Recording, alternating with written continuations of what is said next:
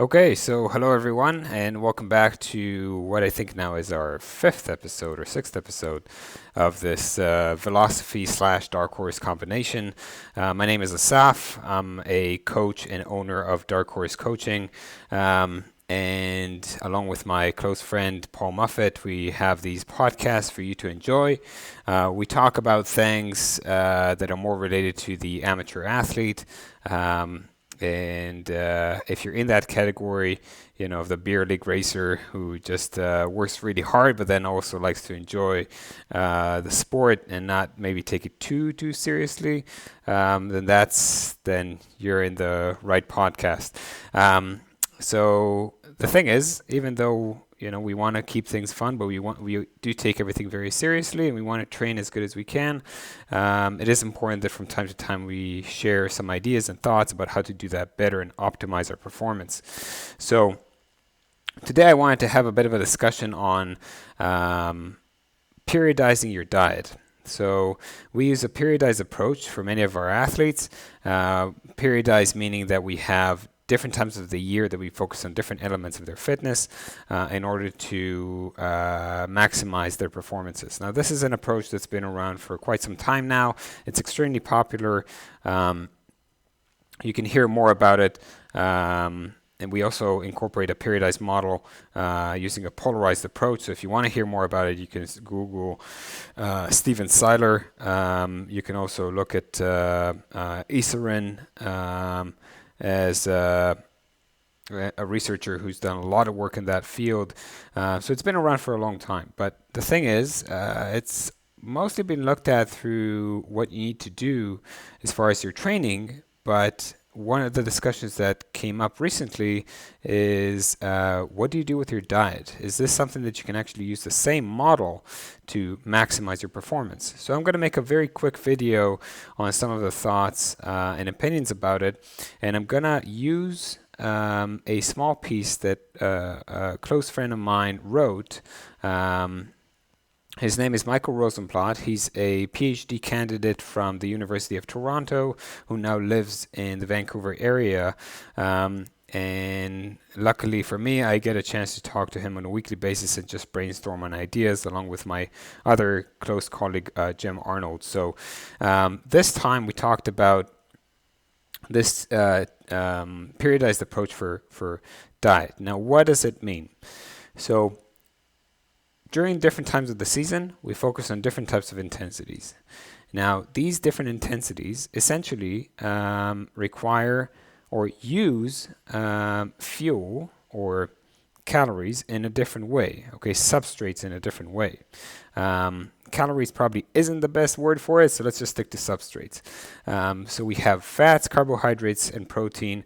There's also ketones, which we'll touch upon. But those are the primary sources of fuel that we have. Now, if we look at each of those individually, we see that fats is something that we have a lot more stored in our bodies. Some may say unfortunately, but that's just a part of the game. And actually, they are extremely beneficial when it comes to endurance sports. So having fats around is a great thing when you're an endurance athlete. Everything in moderation, obviously, so too much is never a great thing. Too little isn't a great thing either. So it is important to have them in your diet and in your kind of holistic program of how much you eat and how much you train to maximize your performance. Carbohydrates is something that we normally use for high intensity training, for races and stuff like that. So that's still a big part of our intake. And protein, of course, is imperative for recovery. Now, the carbohydrates can be substituted with ketone bodies. But that's a whole different discussion. So I'm not going to focus too much upon the ketogenic diet, but I'll put it out there just a little bit as an option to use. Now, the purpose of this discussion isn't to give you a recipe, I'm not a nutritionist. I'm not going to touch upon any of that.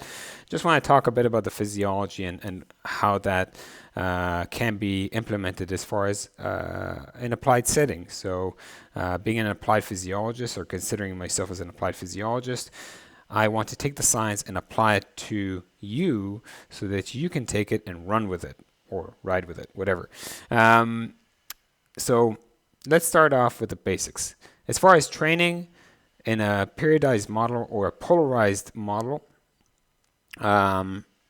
we use low intensity training as a major component in our program. So it constitutes roughly 90% of our time spent training, and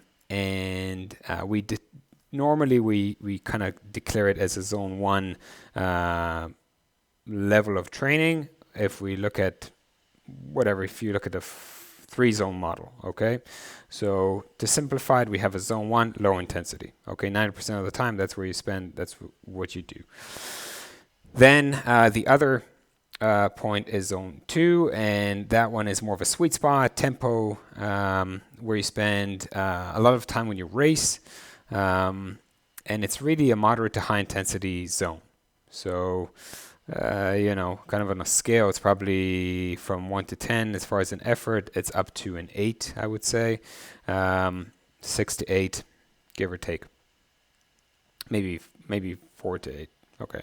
But 6 to 8, probably just to be on the safe side. Anyway, that's a part where supply and demand is being met. Supply and demand of what? Well, the currency that we normally use in endurance sports or in general in humans is oxygen.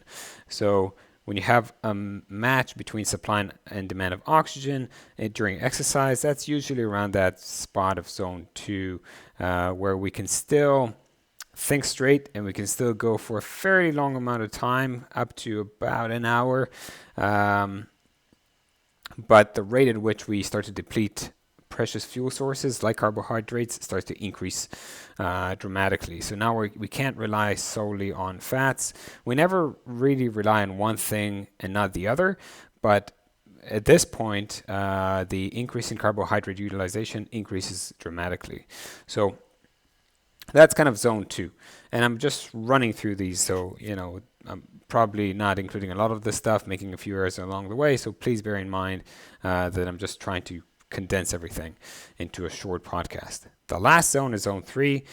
For me, that's kind of the 3-zone model. That's what I like to use. Some may use 5 or 6, but for the sake of this podcast, I'm going to use 3. That's the severe domain. It's unsustainable for very long duration of time. We're talking minutes. And during that time, the reason why it's unsustainable is because the rate at which you're using the fuel source is very fast, and the supply cannot meet the demand. Okay, it's just impossible. You become very acidic. You are basically, everything is jacked up to 10, right? So you're breathing very fast. Everything's hurting. You can't sustain it for a very long period of time. And once you reach exhaustion, exhaustion comes on very, very quick at that point.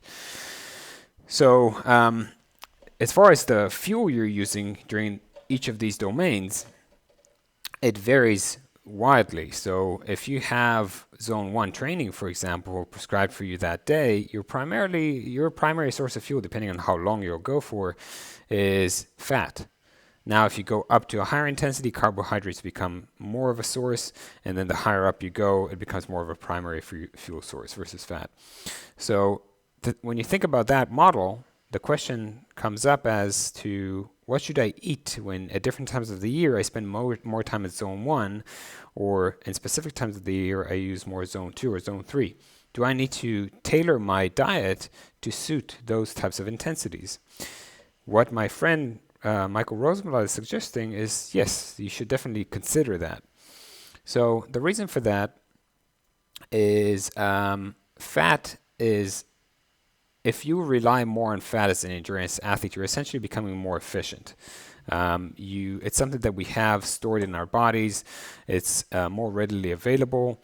Our bodies does love to use carbohydrates more than it loves to use fat. But if you have the ability to access fat more quickly, then you're going to spare some of those precious glycogen storages for a time where you really need it.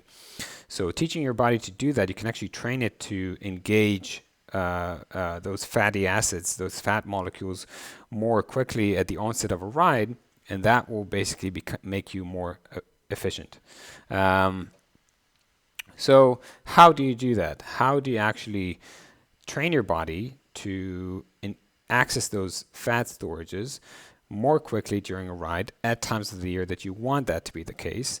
And actually, it's kind of like you want that to be the case throughout the season, but obviously during different times of the year, you can't just rely on fat. So you will have to use carbohydrates, and you want it to be as efficient as possible as well.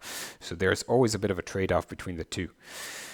Now, one of the ways that you can improve your efficiency and use more fat earlier on is using either a fat diet, and from his readings, it looks like 80% of the diet should be comprised of fat. Again, what types of fat and stuff like that, I'm not going to get into it, but it is a very large amount of your diet is coming from fat. Very low amount is coming from carbohydrate, and obviously protein is included in it as well.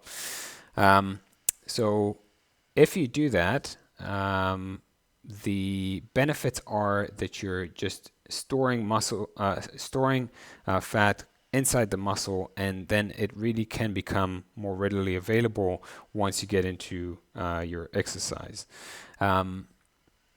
There's also molecules, signaling molecules that become more activated when you have a high-fat diet. I'm not going to go into details in that at all because it's really complex, but the idea is that those signaling pathways essentially tell your muscle, okay, we're starting to work, let's get those fat molecules and start to use them up as energy. So it's not just storing, but it's also how well you can utilize them. Now, another way is a ketogenic diet, which I said I'm not going to go into too much detail, but the same principle applies. So it's very high on fat, high on protein, not very high on carbohydrate. But what you do end up with a ketogenic diet is you have ketone bodies that substitute the carbohydrates to provide you with those precious molecules that the body does like and can use for higher intensities. They're not as good as a carbohydrate-rich diet, so don't expect to go as fast and be as powerful as you are on a solely ketogenic diet. But if you prefer to use that diet for, again, moderate to low intensities, times of the year, that is a possibility. Everything warrants, by the way, in this podcast, everything you attempt to do requires self-experimentation. Okay, I'm just going to put it out there. So don't take what I say as, okay, ketogenic diet is my way because the stuff said so. No, you need to try what works best for you. Then during other times of the year where you need to have a higher intensity included in your training, mixing up carbohydrates again is probably a good idea. Now, as far as how to do it, the recommendation that has been shown by some of the literature that Michael has been able to collect here talks about really if we focus on one of the times of the year, for example, let's look at maybe so during the base phase and during the times we train at lower intensities, we want to have a high fat. During the times that we have races or higher intensity, we want to focus on mixing some carbohydrates in it. But there are times of the year where just nailing down the right amount is essential. So let's talk about a taper period. Okay, so the taper period or pre-competition is a time where you want to maximize your performance. You've done all this work, you've been training, you had a massive training block, and now you're tired, but you also want to arrive at the race with maximum performance. You want to be fresh, you want to be well recovered, and you want to have enough glycogen in the system, in your muscles, to be able to engage it and use it when the time is needed. So in order to do that, it's not necessary to eat carbohydrates for the same amount of time that you actually have the taper period in your training. So a taper period is anywhere from 1 week to 3 weeks normally, following a very big block of training. And for that, you don't need to start eating carbohydrates 3 weeks in advance at a higher amount. You don't need to do carbo loading for 3 weeks. Carbo loading or increasing the amount of glycogen storages in your muscle and liver's ability to store them as well. It takes, according to the literature, anywhere from 24 to 36 hours. So carbo loading is something that you can basically do the day or 2 days before, and that should be sufficient. The thing is, again, if you do a very strict diet beforehand, bear in mind that the ability to use that glycogen, break it down into glucose and turn it into ATP will not be as efficient as if you have a diet that does include carbohydrate more regularly, and therefore some experimentation is still required, and really depends on the type of event you want to do. So if it's a longer event, long duration, you still want to have those access to those fat storages earlier on. Maybe you want to go easy on the carbs. But if it's a crit or something of that nature that's very explosive, or a road race that's not too long, perhaps it is important to get your body used to carbohydrate intake earlier on during the taper period. So definitely some experimentation is necessary. Before we go any further, I'm just going to touch upon one thing that's very interesting and should be pointed out, is that there are significant differences between men and women. So it's been shown that because of estrogen, women tend to use 50% less carbohydrates for energy than men. Men rely heavily on carbohydrates compared to women, and women are much more efficient at oxidizing fatty acids. So with that in mind, between men and women, that experiment really needs to happen. So you need to be aware of that. And if you work with a coach and you see that they may not take that into consideration, maybe you should ask them to,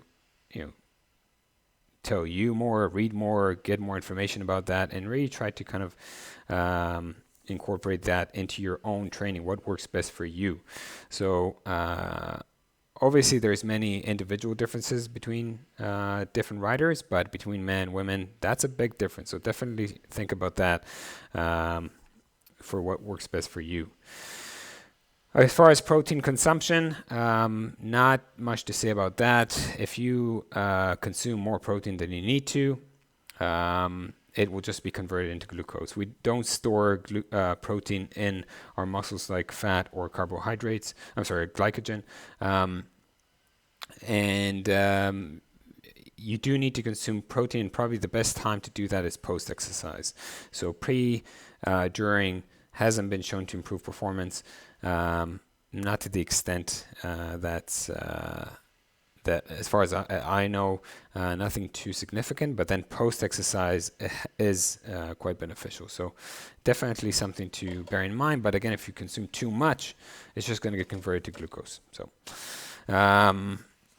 going back to how and when to consume different things. As far as competition, so we talked about pre-competition, let's talk about competition.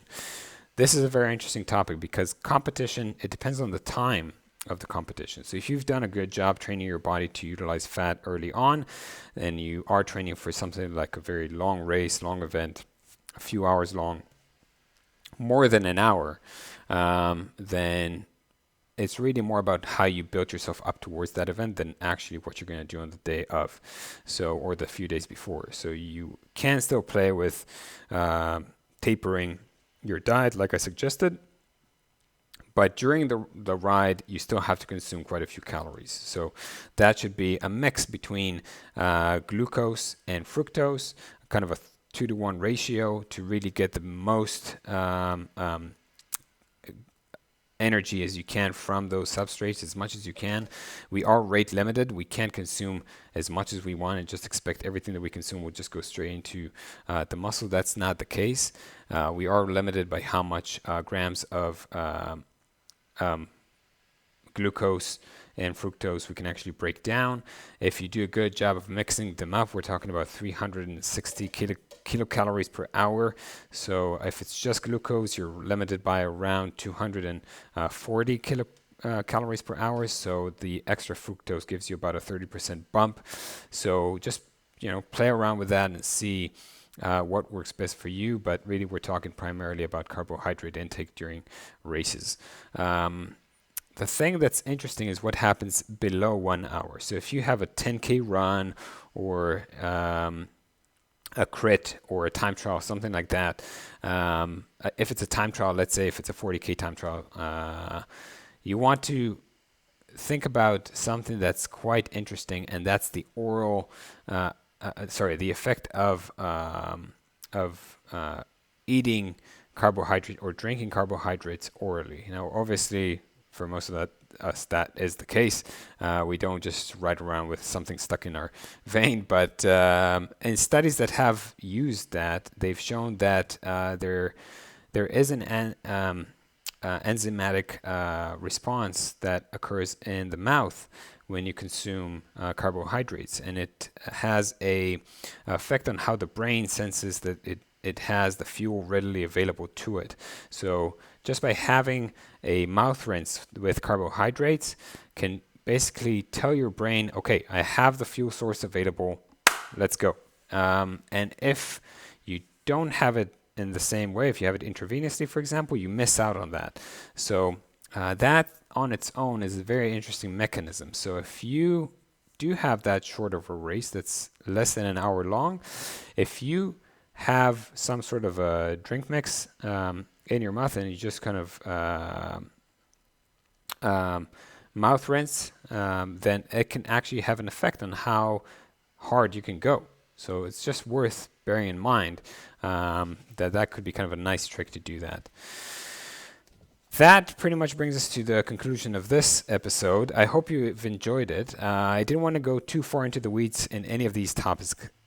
Each of these points, pre-competition, post-competition recovery, during competition, carbs versus fat versus ketogenic diet versus all those things, can be explored in their own different episode or episodes. But I just wanted to give you this insight over thinking about how I need to look at my diet to best improve my performance during different times of the year where I train differently. So if I train at lower intensities, maybe I want to have something that's harder to break down, a substrate that's harder to break down in order for my body to train itself to become more efficient. And then when I get to the races or the times where I train at higher intensities, whether it's at intensities that equal VO2 max or threshold workouts or super threshold workouts, it is worth thinking about incorporating more carbohydrates and different types of carbohydrates into your ride